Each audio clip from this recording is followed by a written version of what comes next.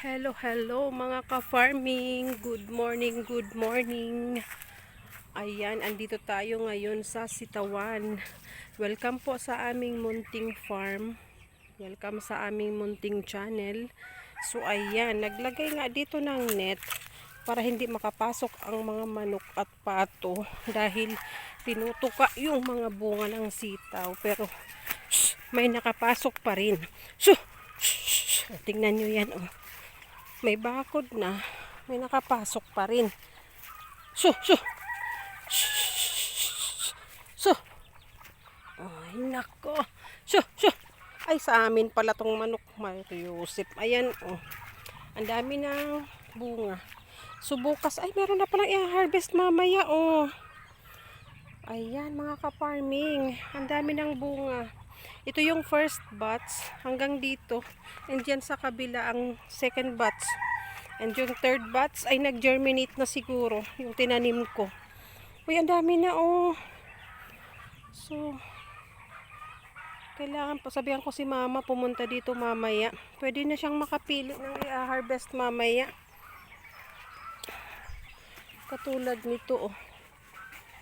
Naku, pasaway tong mga aso, oh. Ano naman tong mga...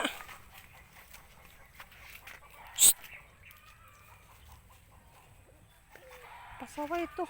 Pag pumasok kasi mababangga tong ano. Labas!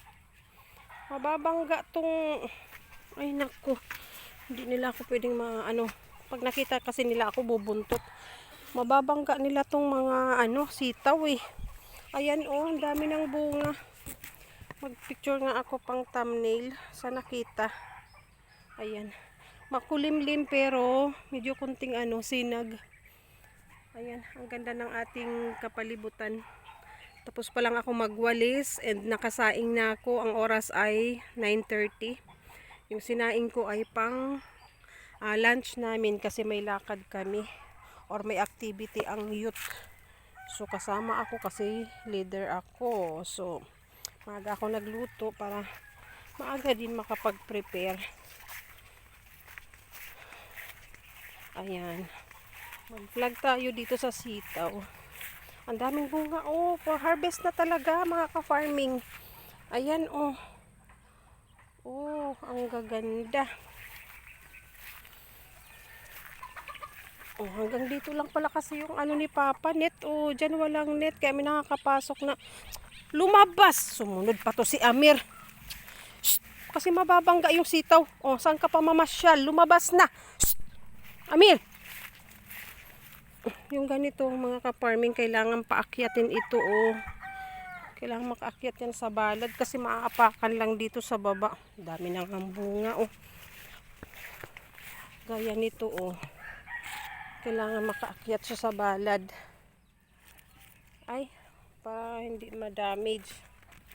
So, ganyan ginagawa pag nag-iikot dito. Bayan, ayaw pang makisama tong sitaw na to. Matigas ang ulo. Oh, nakikipag-anuhan siya. Kumukontra siya. Ayaw sumunod. Oh, ayan. Hindi ka pa susunod, maputol ka. Ayan mga ka-farming. Wow, ang ganda oh. Ang ganda. Oh, paano ba ako naka-thumbnail. Ayan, naka-picture tayo. Wow. So, dito yung hangganan ng first batch na 2, 4, 6, 8, 9 line. Ayan, 9 line itong first batch na nagbubunga na. Ito yung second batch, oh, 'di ba? Manipis pa yung dahon. Pero magbubulaklak na rin 'yan. Nauna ito ng 1 week o 2 weeks itong first batch. Ito naman yung kasunod. Hindi talaga pinagsasabay para hindi tayo matambakan. And maganda magbenta ngayon dahil mahal ang mga gulay. Dahil nga dumaan yung habagat. Ang daming mga tanim na gulay ang nasira. So, nung last akong nagtanong sa palengke, 120 ang kilo ng sitaw. Sampay natin to. 120 ang kilo ng sitaw sa retail nila. So, ang kuha niyan sa amin, 60 to 80 pesos per kilo. Ganon. Minsan, kalahati ang tubo nila. Pero, ganon. Halos kalahati din ang price ng kuha sa mga nagtatanim.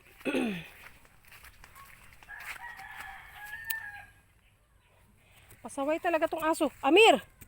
Shh! Labas!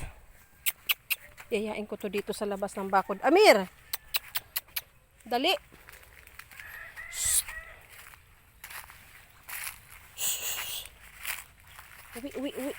Uwi na. Hindi mo to patakutin. Uwi na. Uwi. Shh! Dito, Amir! Amir! Lumabas ka dyan. Ay, nako. Ito na nga. Oh. Nabangga. Di ko alam, nabangga to ng aso o anong nangyari dito. Ayan, oh. Mamamatay itong isang puno na to.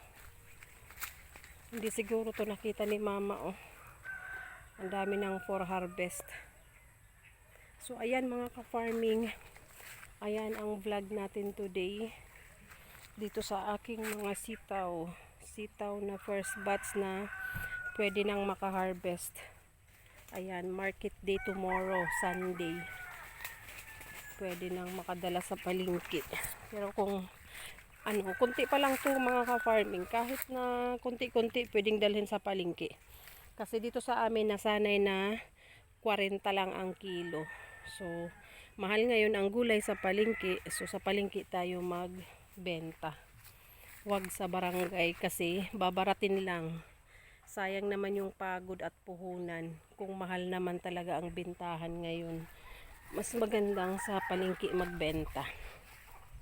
Ayan. Thank you for watching mga ka-farming. See you again tomorrow sa panibago kong vlog. Sa panibago kong update dito sa aming munting farm. See you again next time. Bye-bye!